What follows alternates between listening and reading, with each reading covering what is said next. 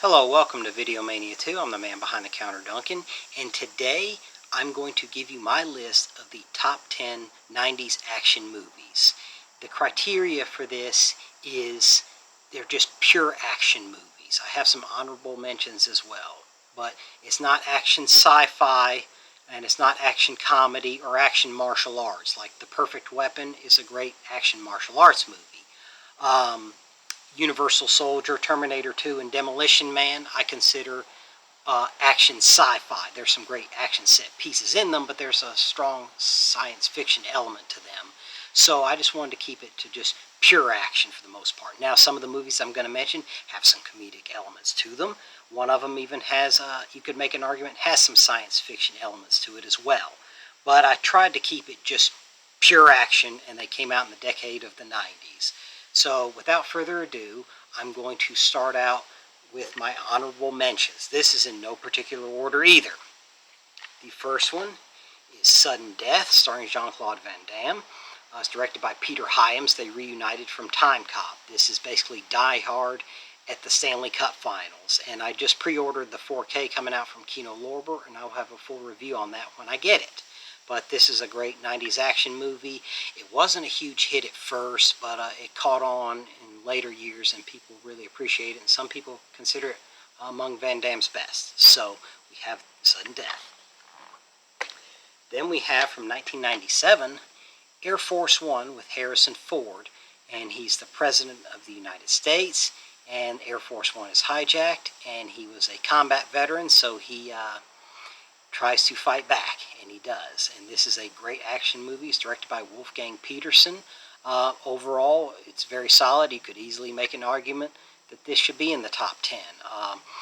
The CGI from it hasn't aged the best, but this is still a great 90s action movie for sure. Next, we have Broken Arrow. This is one of John Woo's lesser-known movies, but has John Travolta and Christian Slater. And John Travolta plays a guy who hijacks a stealth plane, and Christian Slater has to stop him. Lots of action galore, some great dialogue. John Travolta is great. Christian Slater's great as well. And this is a more conventional action film from John Woo. So, but it's a great, it came out in 1996, great action movie. And also, to note, I'm going to run out of adjectives because all these movies are incredible, awesome, all that. I'm going to try not to repeat myself too much. Next one in the honorable mention is Michael Bay's action movie debut, Bad Boys, with Will Smith and Martin Lawrence. This has some comedic elements for sure. I laughed a lot, but some great action set pieces. This movie is a blast, and their chemistry still carries on to this day. So, there's that one. And the final one of the honorable mentions. The Lethal Weapon franchise started in the 80s, but in 1992, Lethal Weapon 3 came out, and this has a lot of comedic elements as well. It's very funny, but a lot of great action set pieces, directed by Richard Donner once again, who did all 4 of them. But this is when the franchise, in my opinion, still had a lot of gas in the tank. The 4th one, it got a little too much for me. It's okay, but this one is great. Now we will get into my top 10. First, we have Joshua Tree with Dolph Lundgren and George Segal. It's directed by second unit action guy. He's directed the second unit. He did can't talk today. He was the second unit director of many great action films. He worked on a lot of James Bond movies. He was a stunt coordinator. He is a master. Vic Armstrong, he directed himself. This movie didn't come out in the theaters, and it deserved to. It may be my favorite Dolph Lundgren movie. Lots of great car chases, amazing shootouts. It's kind of a Western, and has some Western elements in it, and a little bit of Fast and Furious before the Fast and Furious came out. You see a Ferrari F40 there. This movie was made on such a small budget, though. They took a Pontiac Fiero and put a F40 shell over it, and they have a Lamborghini Countach as well, and they did the same treatment with that one. But great car chases, amazing shootouts, especially the warehouse scene, a lot of good stuff. Vic Armstrong, you could sense some John Woo signature felt here. John Woo said he loved it, and so it's just A really great action movie, just pure action. Next is Stone Cold from 1991. This movie stars Brian Bosworth, directed by another stunt coordinator guy, Craig R. Baxley, and it also stars Lance Henriksen and William Forsythe. This movie has a lot of feel of an 80s movies, but it came out in 1991, so it kind of bridged the gap between the differences, in my opinion, between the 80s and 90s action movies. It's over the top. It didn't do much in the theaters, but people retrospectively have come to really appreciate it for the great action masterpiece that it is. Next we have Passenger 57 with Wesley Snipes. This was Wesley Snipes' this was his action debut. It was directed by Kevin Hooks, and the terrorist he takes on is played by Bruce Payne. And Wesley Snipes and Bruce Payne's chemistry as adversaries, you can really feel it in this movie. This movie is tight. It's only like an hour and a half, but the action set pieces are great. The music is great. Everything about this works, and because of the chemistry, like I said, with Wesley Snipes and Bruce Payne, it really takes it to that next level, and it really catapulted Wesley Snipes into the action hero status for sure. Next, we have another movie that kind of bridged the gap between the 80s and 90s. It is Point Break, the original one, with Patrick Swayze and Keanu Reeves. It's directed by Catherine Bigelow. This movie, pure action about some bank robbers that wear ex-presidents' masks and rob banks. And Keanu Reeves' character, Johnny Utah, goes undercover and learns to surf to infiltrate this group because they're very tight. It has a great cast, great direction. All of it works. I can watch it anytime. This is an iconic action movie for sure. Next, we have Under Siege, starring Steven Seagal. It's directed by Andrew Davis. This movie is Die Hard on a battleship. This was Steven Seagal's most successful movie and most critically acclaimed. And when you think of Steven Seagal, Under Siege is usually the first movie that comes up. This was the peak of his stardom. This one really broke into the mainstream, not just the action movie fans. This one, like, almost everybody liked it. It's universally acclaimed pretty much. You know, general audience, critics, whatever. This one, pretty well liked. So, a lot of great action set pieces. I love the setting on the battleship and the gimmick of Steven Seagal's character, Casey Ryback. He's just a cook, but he was a Navy SEAL as well. So, a lot of cool stuff in here. Great movie. Next, we have True Lies with Arnold Schwarzenegger and Jamie Lee Curtis. This one is an action movie, but you could make an argument the mid part of it is a romantic comedy. It's directed by James Cameron. This is one of my favorite movies by him.